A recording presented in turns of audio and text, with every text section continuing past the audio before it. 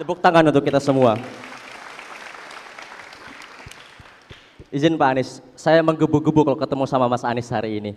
Seperti ini, perkenalkan dulu, nama saya Ahmad Sunir Rida, biasa dipanggil Sunir. Saya dari mahasiswa Sunir Pak, pakai N. Sunir. Sungir. Ya Sunir, kalau dalam bahasa Arab itu Sunni Pak, As-Sunni, Sunir itu. Seperti itu ya Pak, moga nggak salah ya kan. Nah, saya dari mahasiswa UIN Antasari, Banjarmasin hari ini Pak. Nah, saya sebelum bertanya, saya ingin menanggapi dan ingin juga berbicara di hadapan Bapak hari ini sebagai orang terhormat yang akan hari ini berkompetisi dalam Capres-Cawapres, pertarungan Pilpres nantinya. Pak, seperti ini, saya kira Bapak Anies ini adalah salah satu dari Capres-Cawapres yang berani untuk adu gagasan bersama pemuda-pemudi di Kalimantan Selatan. Ternyata beliau ini adalah satu-satunya Capres yang berani untuk adu gagasan di Kalimantan Selatan. Dengan kata semoga, saya juga berharap yang lain juga seperti ini Pak. Cuman agenda seperti ini sangat luar biasa bagi saya. Karena cuman Bapak yang hari ini untuk menerima adu tantangan, adu gagasan bersama dengan mahasiswa. Oke Pak, saya ingin sebutkan dulu, semua yang ada di sini, mayoritas mahasiswa-mahasiswi yang menggunakan izin dispensasinya dari perkuliahannya hanya untuk datang ke tempat Pak Anies. Jadi jangan kecewakan kami Pak. Bapak datang ke sini mungkin satu waktu, tapi jangan kecewakan kami rakyat Kalimantan Selatan ketika kami menginginkan aspirasi itu sampai ke Bapak. Itu Pak. Oke, Bapak Anies ini santernya dikenal di laman-laman website dan juga dikenal di beberapa media sosial anti oligarki kawan-kawan. Anti oligarki, paling nggak suka dan beliau ini melawan oligarki, katanya seperti itu. Nah Pak, kalau memang ini bukan gimmick Pak, ini bukan gimmick dan ini bukan clickbait, bahwa Bapak melawan oligarki hari ini, maka saya adalah orang pertama yang bakal mendukung dan mendorong Bapak untuk jadi presiden kalau seandainya memang benar ingin melawan oligarki. Tapi kalau seandainya Bapak tetap mengingatkan dan tetap ingin berseteru dan bersenyawa dengan para oligarki, saya orang pertama yang menentang dan menantang Bapak Anies hari ini sebagai calon presiden. Itu kawan-kawan yang perlu kita perhatikan.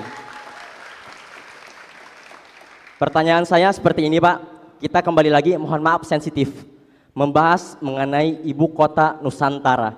Ini yang ingin kami tanyakan Pak, seperti itu. Jangan menggunakan bahasa yang generatif, jangan menggunakan tata kata karena beliau ini memang si ahli kata-kata kawan-kawan. Maka karena itu jangan gunakan bahasa yang jawaban setiap media sosial yang hari ini menawarkan untuk berbicara dengan Bapak mengenai IKN, itu selalu saja pasti jawaban Bapak bukan hanya IKN. Jangan IKN, tapi kota-kota kecil bisa menaik hingga menengah, menengah hingga besar. Jangan itu Pak, IKN ada di Kalimantan. Saya ingin tanggapan dari Bapak, bagaimana kalau seandainya IKN ini nggak Bapak teruskan dan ada ratusan ribu hektar lahan yang sudah dikonsesi dengan izinnya dan terbengkalai begitu saja. Bagaimana tanggapan Bapak? Saya mewakili anak-anak Kalimantan hari ini karena saya orang asli Kalimantan, saya primordial hari ini. Yang kedua, apakah Bapak akan turut dan akan menginginkan atau tunduk kepada ketum partai seperti capres-capres sebelumnya? Kalau seandainya satu waktu Bapak terpilih menjadi calon presiden, apakah Bapak akan ikut turut atau menerima tunduk kepada ketum partai yang mengusung Bapak? Yang terakhir Pak, ini menjadi masalah kami bersama, Undang-Undang ITE. Undang-Undang ITE. Akankah di 100 hari kerja Bapak akan membuka kembali pembahasan untuk mencabut Undang-Undang ITE, karena hari ini mahasiswa kalau ingin beraspirasi mengadvokasikan permasalahan di Kalimantan Selatan selalu saja dicekoki. Itu Pak pertanyaan saya, tolong ditanggapi Pak. Sekian. Oke. Makasih Bung Sunir. Jadi saya menyambut baik dan bahkan saya bilang kita itu ingin agar semua yang hendak dicalonkan itu ditanya apa saja. Kenapa? Ya karena nanti ketika berada di kepemimpinan akan berhadapan dengan urusan apa saja. Jadi jangan kemudian menghindari. Ada yang bisa kita jawab, ada yang kita bisa tidak jawab. Ada yang kita memahami, ada yang kita tidak memahami. Tapi satu hal yang pasti, kita terbuka untuk dialog dan itu yang kita kerjakan. Dan saya ingin sampaikan terima kasih teman-teman mengambil apa istilahnya tadi? Izin dispensasi ya, satu. Kemudian yang kedua, tadi ada pertanyaan, apakah Anda akan melawan oligarki? Tidak. Saya akan melawan ketidakadilan, itu yang akan saya lawan. Oke? Kenapa? Saya tidak mau menjadi memusuhi satu pihak Saya tidak memusuhi siapapun. Tetapi bila Anda melakukan hal yang tidak berkeadilan, maka tugas negara adalah menghadirkan keadilan. Jadi bukan subjeknya yang harus dilawan. Yang harus dilawan itu adalah prinsip ketidakadilan. Dan kita menyaksikan ada banyak ketidakadilan hari ini. Karena itu saya mengatakan perjuangan kami adalah menghadirkan keadilan. Dan dalam kami menggunakan istilah membesarkan yang kecil tanpa mengecilkan yang besar. Oke? Itu dalam semua prinsip. Menguatkan yang lemah tanpa melemahkan yang kuat. Dan itu yang harus kita lakukan. Tapi kalau kita sudah memutuskan saya mau melawan dia, maka kita jadi subjektif. Kita jadi diisi dengan kebencian, kita bekerja dengan rasa marah, kita bekerja dengan perasaan permusuhan. Republik ini sudah terlalu banyak permusuhan, republik ini terlalu banyak dipompa dengan emosi-emosi yang membelah. Karena itu saya katakan kita ingin menghadirkan keadilan, gitu ya. Lalu yang ketiga, IKN. IKN itu undang-undang, oke? Sudah ditetapkan sebagai undang-undang. Karena itu saya katakan sebagai undang-undang sudah jelas.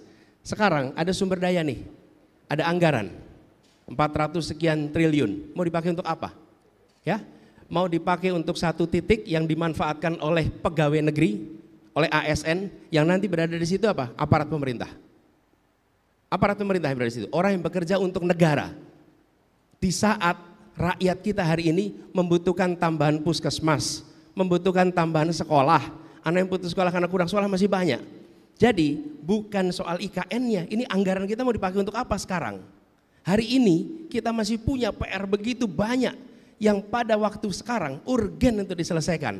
Guru honorer kita belum diangkat karena katanya anggarannya kurang. Kenapa anggaran itu tidak dipakai untuk mengangkat guru-guru honorer kita sehingga itu bisa menjadi guru? Jadi bukan soal IKN-nya, ini kita punya anggarannya nih, mau diapakan?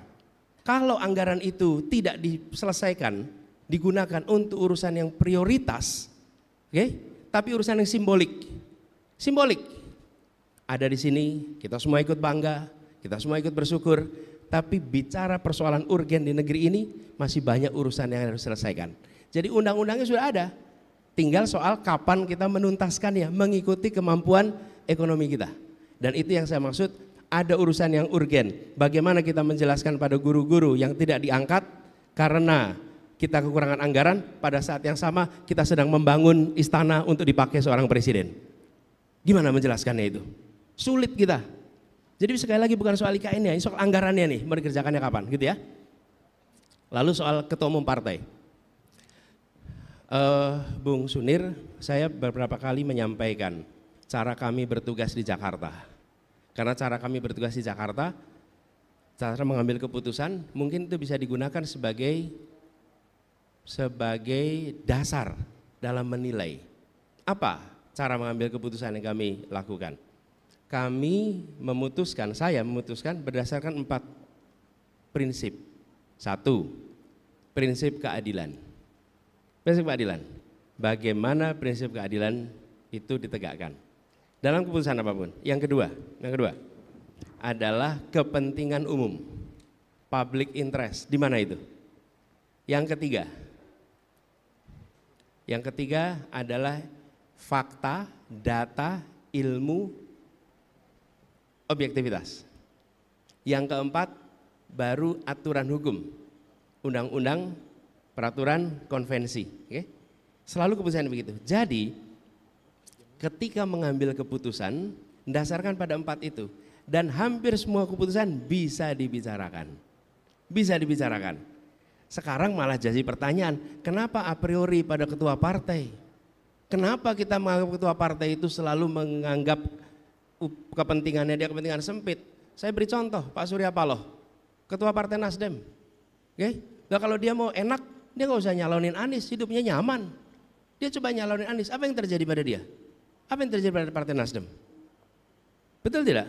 Usianya 72 tahun, kalau dia mau nyaman, dia tinggal duduk nyaman, ikut aja. Disuruh koalisi ini ikut, disuruh koalisi itu ikut, seperti yang lain-lain nyaman hidupnya. Tidak ada peristiwa-peristiwa yang terjadi 1 tahun ini.